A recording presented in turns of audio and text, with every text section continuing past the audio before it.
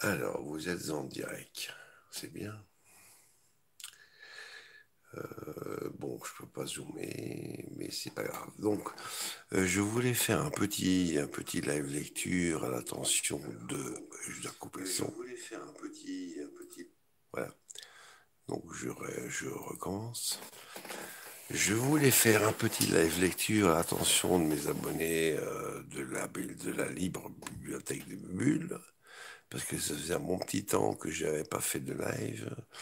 Et puis, ben, avec mon téléphone, je n'ai pas réussi à lancer un live sur la chaîne de la Libre Bibliothèque. Donc, je le fais ici et puis je transporterai par la suite ce live sur la bibliothèque. Donc, mes chers abonnés, ne m'en veuillez pas.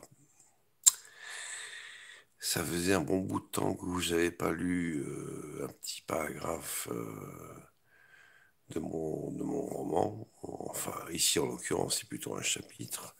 Et c'est le chapitre 3 de mon roman. Et si je vous emmenais en voyage, tome 2, un mardi sous haute tension. Donc, si vous voulez avoir la connaissance, prendre connaissance des chapitres précédents, ben, faites un tour sur la bibliothèque. Ils sont là disponibles depuis déjà un bon bout de temps. Et ce, avant que je t'entube me censure la chaîne pendant plus de 4 mois. Donc, c'est normal. Et donc voilà, donc je me fais un plaisir de vous faire un petit peu de lecture. Vous avez vu que je tiens le chat à l'œil. C'est parti. Je sais pas si c'est quelqu'un, on s'en fout, on y va. Donc, on commence la lecture. Et si je vous emmenais en voyage, tome 2, un mardi sous haute tension, chapitre 3, l'avant-départ. Dans le garage à voitures et autres véhicules motorisés, Diana vérifie le niveau de batterie de chaque voiture, pendant qu'Alisha et Marie s'attardent sur une grosse moto à 3 roues, au look peu commun, et l'inspectent minutieusement. Alisha,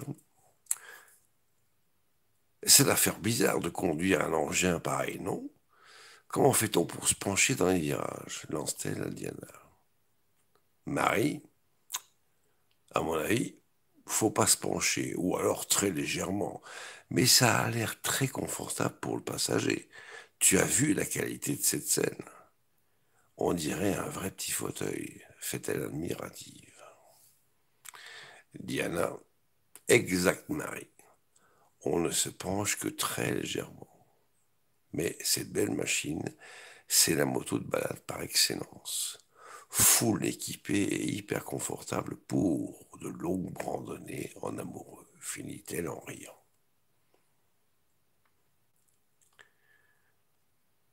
Il faut que je zappe un peu à gauche.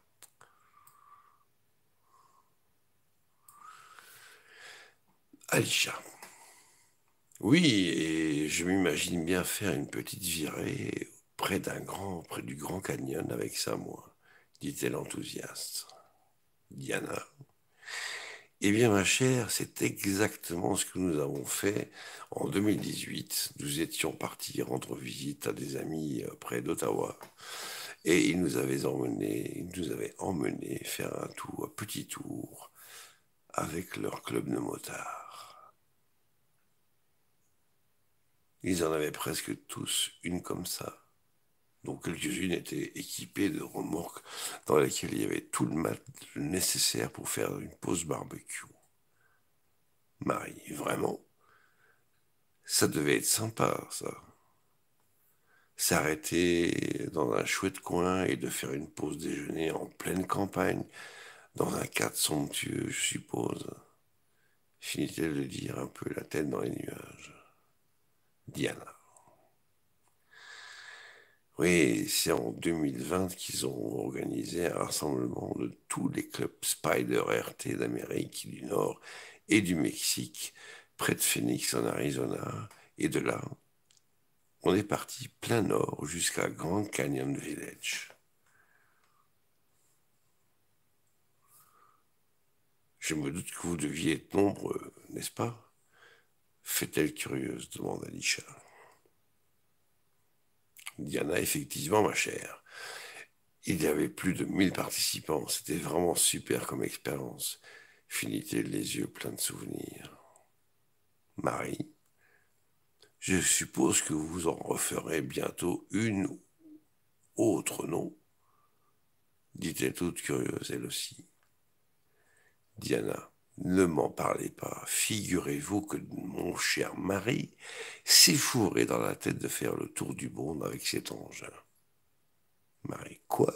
Mais il est... Diana, Barjot, ma chère, complètement Barjot, la coupe Diana en mimant le geste de quelqu'un qui se tirerait une balle dans la tête. Alisha, vous n'êtes pas sérieuse, là. Il a vraiment ce projet en tête? Fait-elle incrédule. Diana, tout à fait, très cher. D'ailleurs, il a déjà tout planifié. Dès qu'il aura l'âge de la retraite, il mettra son rêve à exécution. Marie, il partirait d'où pour arriver où? Et comment va-t-il traverser les océans? Fait-elle étonnée.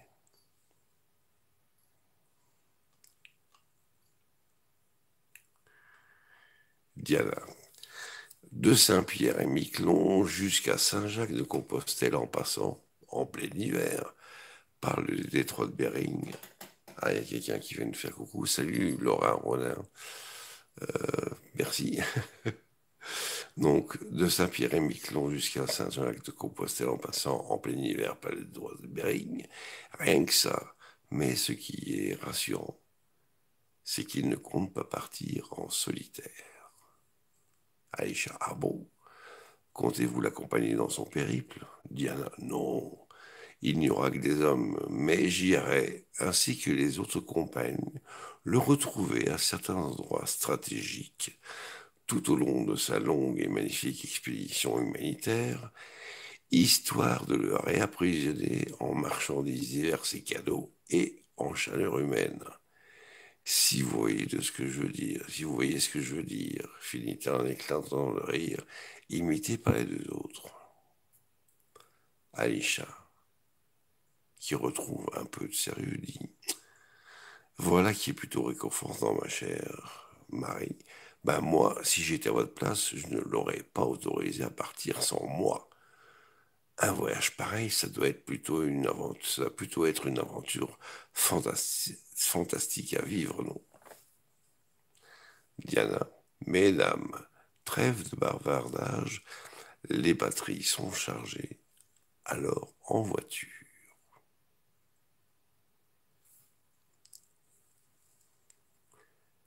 Faute.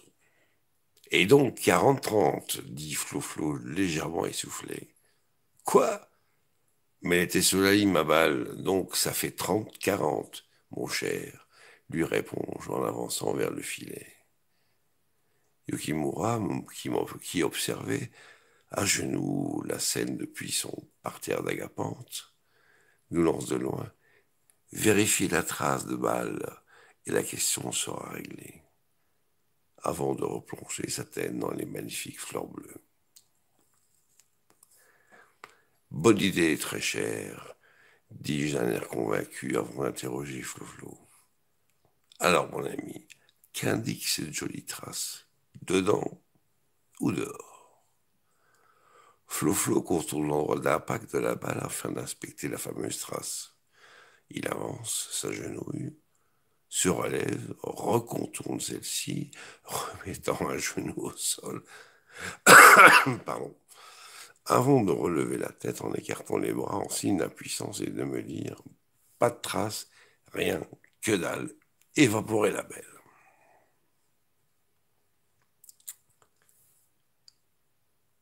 On n'a qu'à rejouer le point, même si je suis convaincu d'avoir touché la ligne, lui dis-je, faussement énervé, et de rajouter 30 partout, première balle de service. Et ne te gêne surtout pas pour me resservir la même, fais-je d'une voix taquine.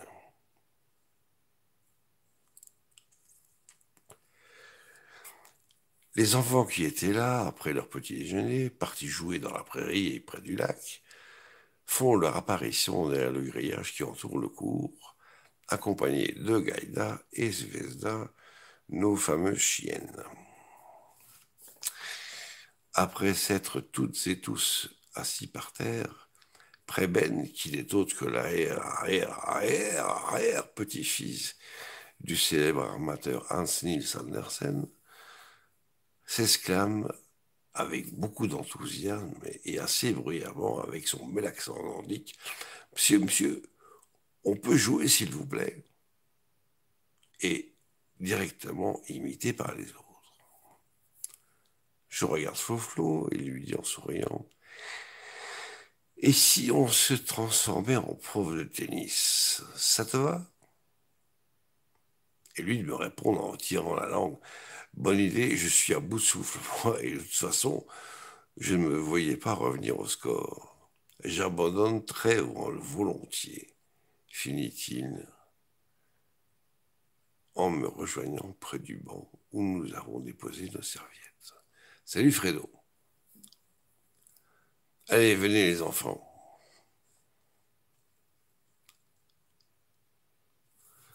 Dans ce coffre, il y a tout dont vous avez besoin. Il y a tout ce dont il manque assez. Il y a tout ce, vous voyez, 20 ans que je relis ce truc que j'ai écrit il y a longtemps. Il faut que je corrige encore le texte de temps en temps. Il paraît que ça se passe comme ça chez les auteurs. Donc, il y a tout ce dont vous avez besoin, servez-vous, et dans le calme, merci. Finis-je en me plongeant le front. Assis là, depuis un bon quart d'heure, à regarder les enfants s'échanger les balles et à corriger leur positionnement, Flo et moi analysons et commentons les différents styles de jeu de nos futurs prodiges, pendant que les deux chiennes s'amusent à jouer les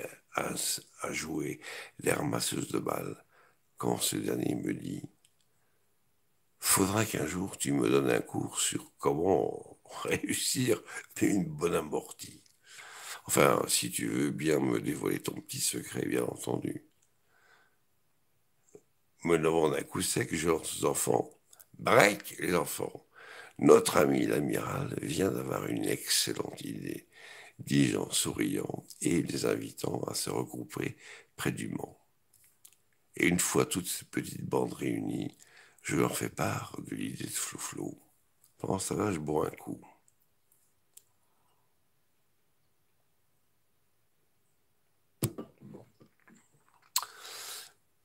Amiral, tu as l'honneur de montrer l'exemple. On va commencer par l'amortie de revers, qui est plus facile que celle de coup droit.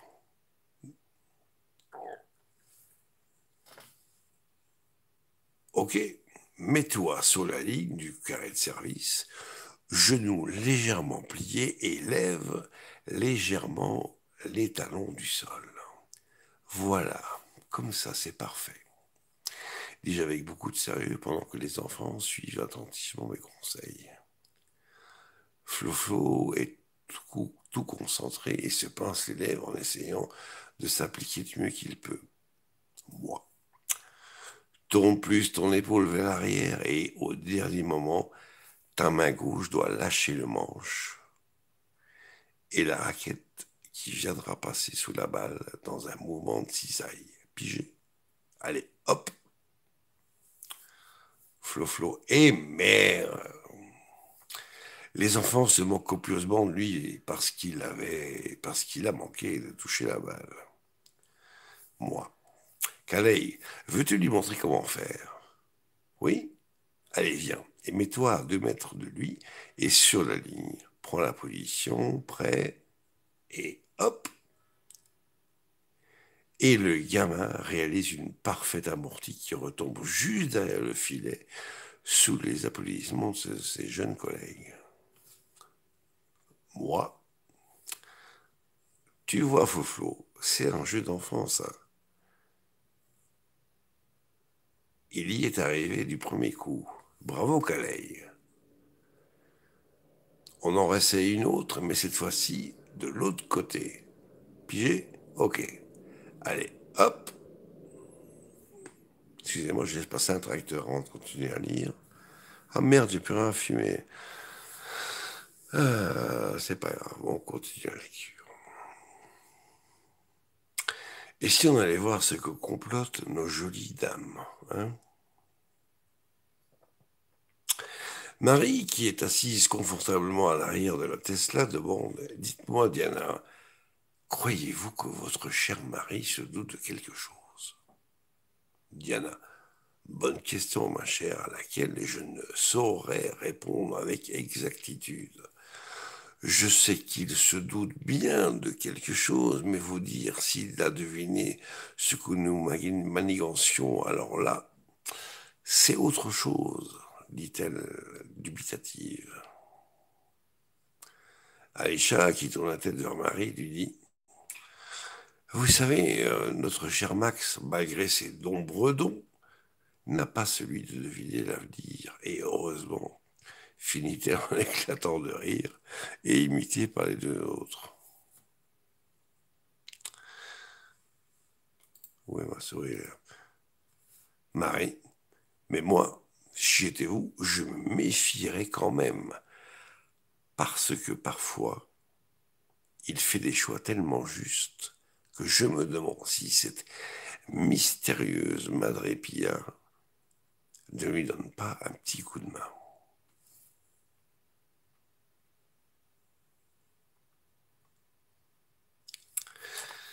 Alicia: vous croyez qu'il ferait appel à l'au-delà pour prendre ses décisions? Ça ne m'étonnerait pas plus que toute autre chose.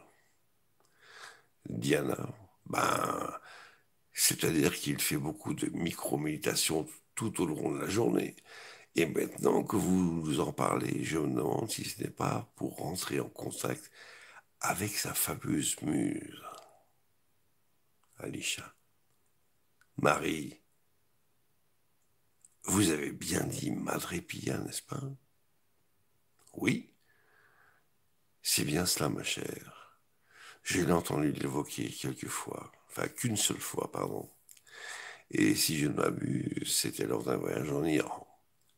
Avec Flou, nous avions rendez-vous avec les ministres responsables de l'urbanisme et des bâtiments au sujet du futur emplacement de notre fondation là-bas. Ils voulaient faire le choix, ils voulaient faire le choix le mieux approprié pour contenter tout le monde. Alors il s'est levé de table en s'excusant et en prétextant un appel d'urgence à donner.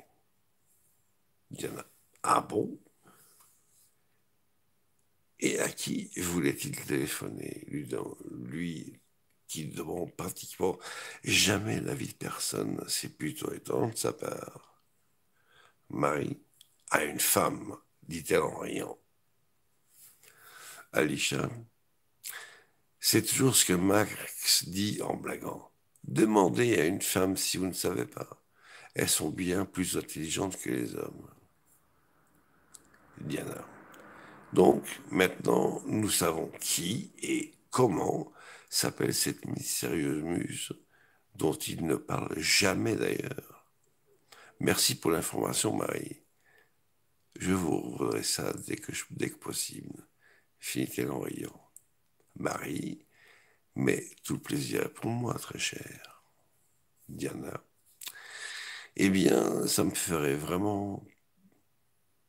Alors, ça me plairait vraiment de faire sa connaissance, moi, pas vous? Alicia: Eh bien, si nous devons la rencontrer un jour, je suis sûr qu'elle le saura à l'avance. Et c'est mon intuition féminine qui me dit ça, dit-elle en éclatant de rire. Diana: Mesdames, un peu de tenue, je vous prie.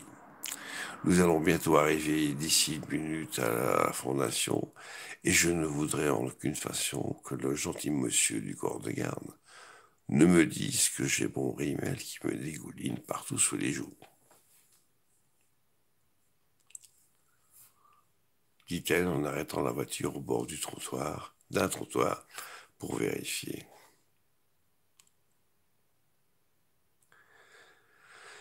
Yukimura, qui est billette à la main, debout tout en haut de la chaise d'arbitre, fait de grands gestes et explique à voix haute et en petit chinois: amiral, pas comme ça. Tenir une raquette comme ça, faire un mouvement en cisaille comme ça, devant les enfants qui sont écroulés de rire, tous écroulés de rire. Flofo et moi aussi d'ailleurs. Mouna qui tient la main le caméscope dit de loin: eh oh les guignols, vous êtes dans la boîte. Et avant de tourner les talons et de s'éloigner vers la piscine. Moi: attendez Mouna, vous ne voulez pas essayer vous aussi? Et sans se retourner, elle me fait signe que non, en brandissant son index au-dessus de la tête. Fin de ce troisième chapitre.